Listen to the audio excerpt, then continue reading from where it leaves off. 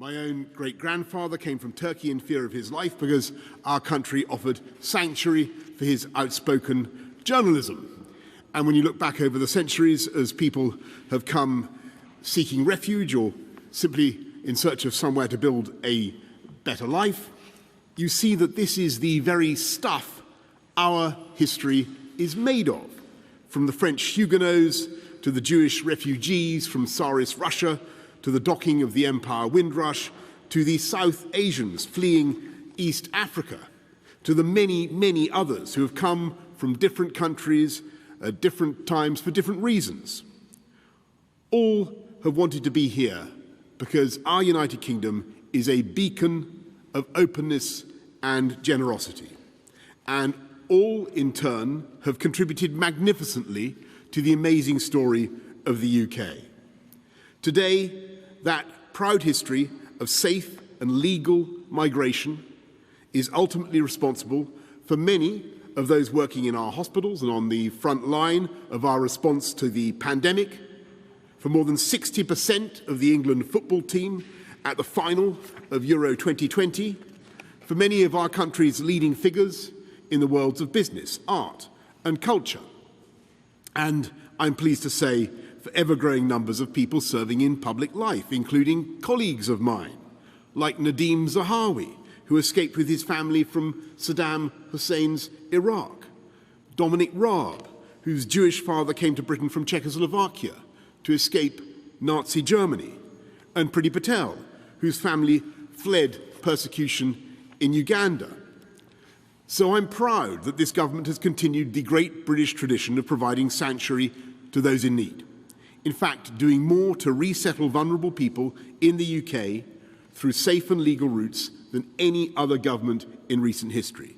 Since 2015, we've offered a place to over 185,000 men, women and children seeking refuge, more than the entire population of Sunderland, and more than any other similar resettlement schemes in Europe.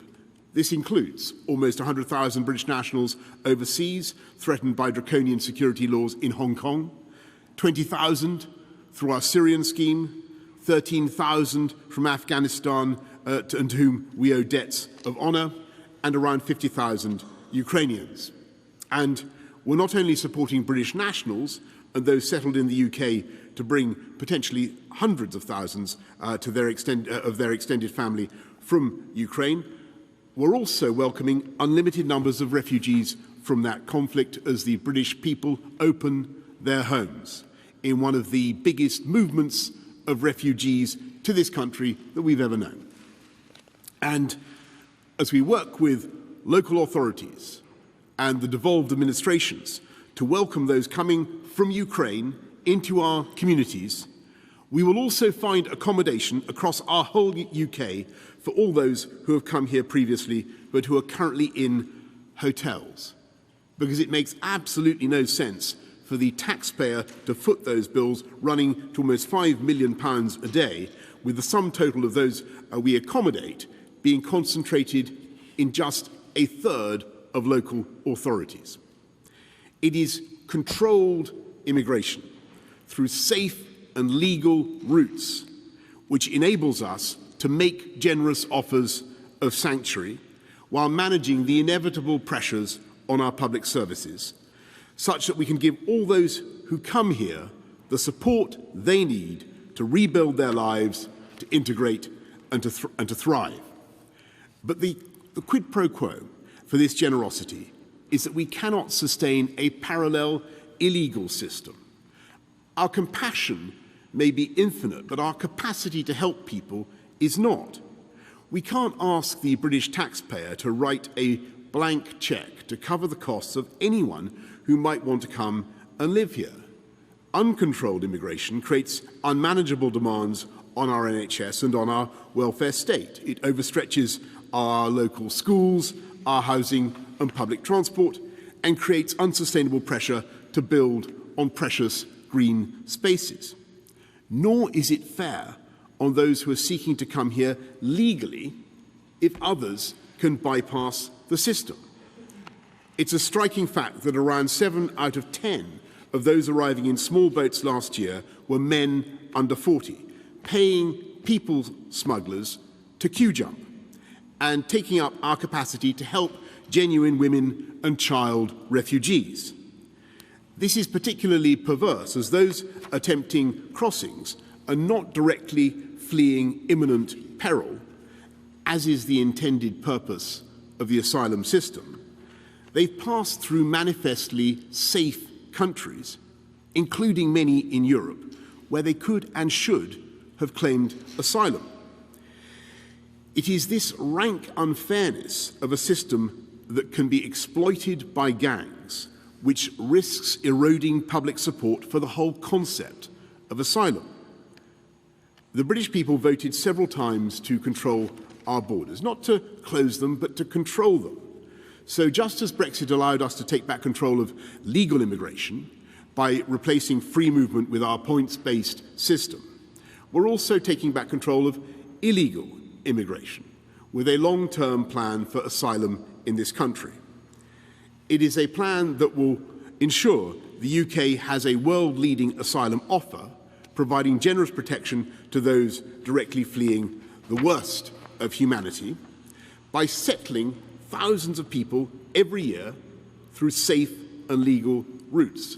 And I emphasize this. So whether you're fleeing Putin or Assad, our aim is that you should not need to turn to the people smugglers or any other kind of illegal option. But to deliver that, we must first ensure that the only route to asylum in the UK is a safe and legal one, and that those who try to jump the queue or abuse our system will find no automatic path to settlement in our country, but rather be swiftly and humanely removed to a safe third country or their country of origin. And the most tragic of all forms of illegal migration, which we must end with this approach, is the barbaric trade in human misery conducted by the people smugglers in the Channel. Before Christmas, 27 people drowned, and in the weeks ahead, there could be many more losing their lives at sea and whose bodies may never be recovered. Around 600 came across the Channel yesterday. In just a few weeks, this could again reach 1,000 a day. I accept that these people, whether they're 600 or 1,000, are in search of a better life, the opportunities that the United Kingdom provides, and the hope of a fresh start. But it is these hopes, those dreams, that have been exploited. These vile people smugglers are abusing the vulnerable and turning the Channel into a watery graveyard, with men, women and children drowning in unseaworthy boats and suffocating in refrigerated lorries. And even if they do make it here, we know only too well some of the horrendous stories of exploitation over the years, from the nail bars of East London to the cocklebeds of Morecambe Bay, as illegal migration makes people more vulnerable to the brutal abuse of ruthless gangs. So, we must halt this appalling trade and defeat the people smugglers. That's why we're passing the Nationality and Borders Bill, which allows us for the first time to distinguish between people coming here legally and illegally, and for this distinction to affect how your asylum claim progresses and your status in the UK if that claim is successful. It will enable us to issue visa penalties against those countries that refuse to accept returns of foreign criminals and failed asylum seekers. It will clean up the abuse of our legal system, introducing a one-stop shop that will end the cycle of last-minute and vexatious claims and appeals that so often thwart and delay removals. And it will end the absurd practice of asylum-seeking adults claiming to be children to strengthen their claims and access better services. Crucially, it will also allow us to prosecute those who arrive illegally with life sentences for anyone piloting the boats, and to identify, intercept and investigate these boats from today The Royal Navy will take over operational command from Border Force in the Channel, taking primacy for our operational response at sea, in line with many of our international partners, with the aim that no boat makes it to the UK undetected. This will be supported by £50 million of new funding for new boats, aerial surveillance and military personnel, in addition to the existing task force of patrol vessels, Wildcat helicopters, search and rescue aircraft, drones and remotely piloted aircraft. This will send a clear message to those piloting the boats. If you risk other people's lives in the Channel, you risk spending your own life in prison. People who do make it to the UK will be taken not to hotels at vast public expense, rather they will be housed in accommodation centres like those in Greece, with the first of these to open shortly. At the same time, we are expanding our immigration detention facilities to assist with the removal of those with no right to remain in the UK. We're investing over £500 million in those efforts, and this is on top of overhauling our arrivals infrastructure here in Kent, with new processing facilities now operational at Western Jetfoil and at Manston. But we will need to go further in breaking the business model of these gangs. So from today, our new migration and economic development partnership will mean that anyone entering the UK illegally, as well as those who have arrived illegally since January the 1st, may now be relocated to Rwanda. This innovative approach, driven by our shared humanitarian impulse and made possible by Brexit freedoms, will provide safe and legal routes for asylum while disrupting the business model of the gangs.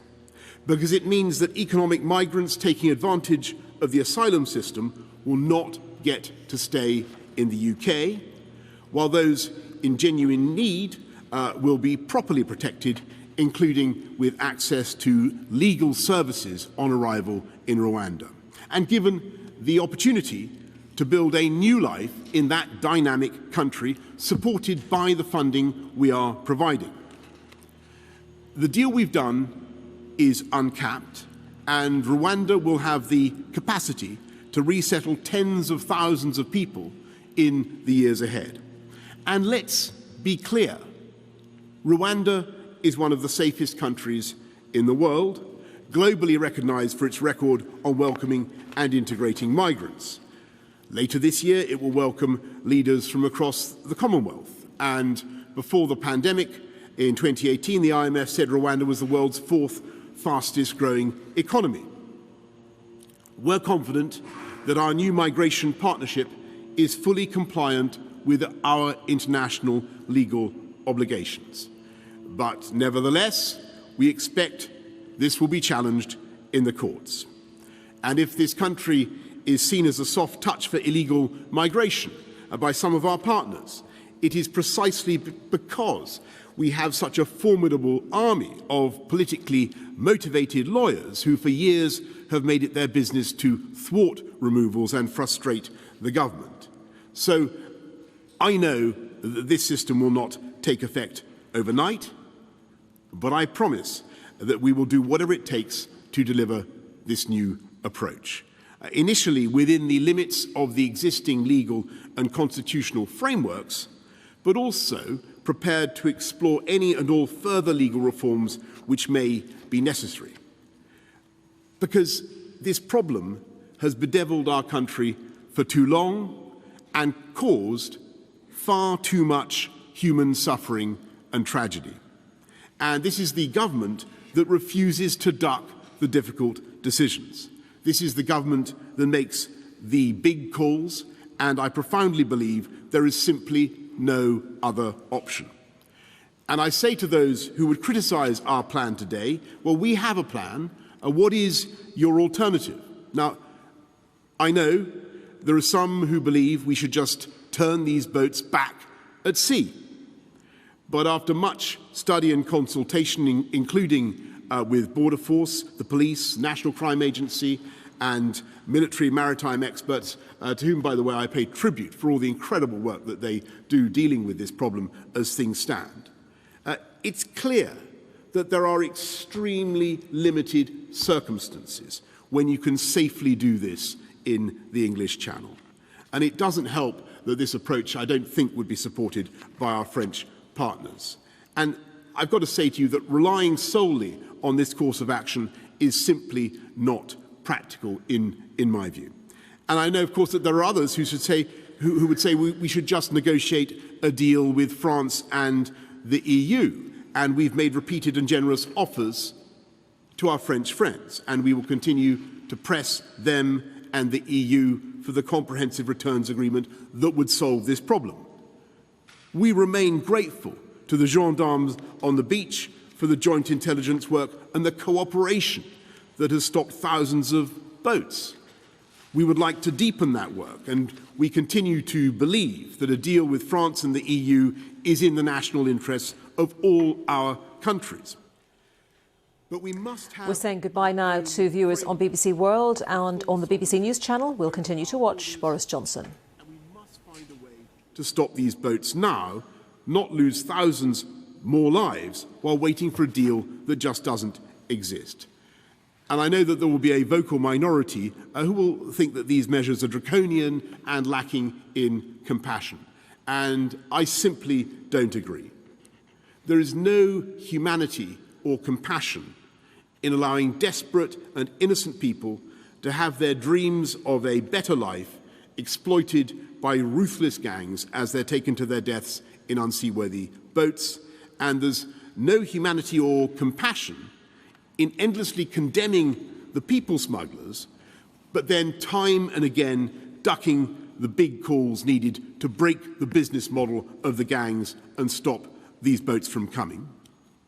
And there's no humanity or compassion in calling for unlimited, safe and legal routes, offering the false hope of asylum in the UK to anyone who wants it, because that is just unsustainable.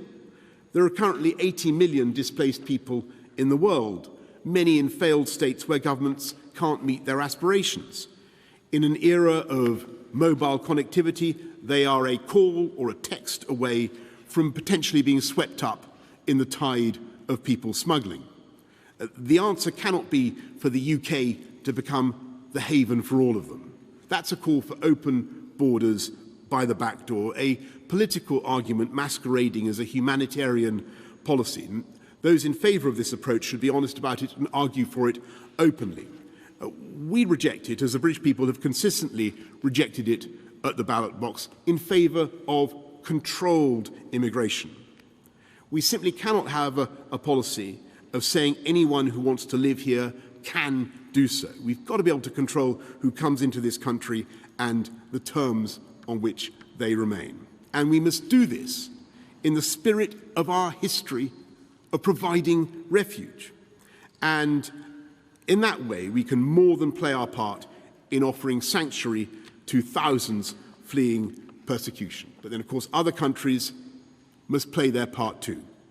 And that's what I think is most exciting about the partnership we've agreed with Rwanda today, because we believe it will become a new international standard in addressing the challenges of global migration and people smuggling.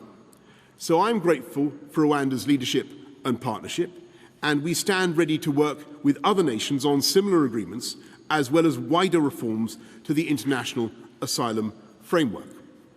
As I say, we will continue to work with our French friends to tackle the gangs. We will continue to lead cooperation with crime and intelligence partners across Europe. We will continue to seek a returns agreement with the EU or with France. But in the meantime, and for the foreseeable future, we need this new approach.